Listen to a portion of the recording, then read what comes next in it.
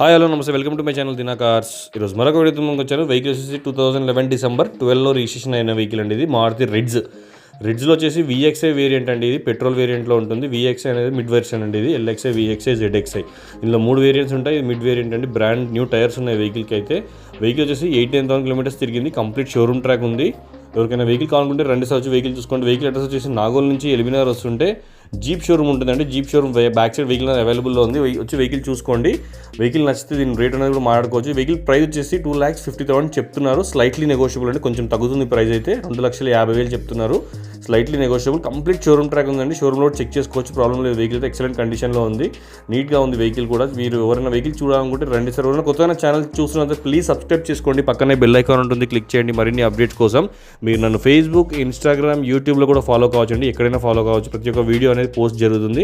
మీ లో బడ్జెట్ నుంచి high budget వరకు అన్ని టైప్స్ ఆఫ్ వెహికల్స్ ఉంటాయి మన సెకండ్ హ్యాండ్లో.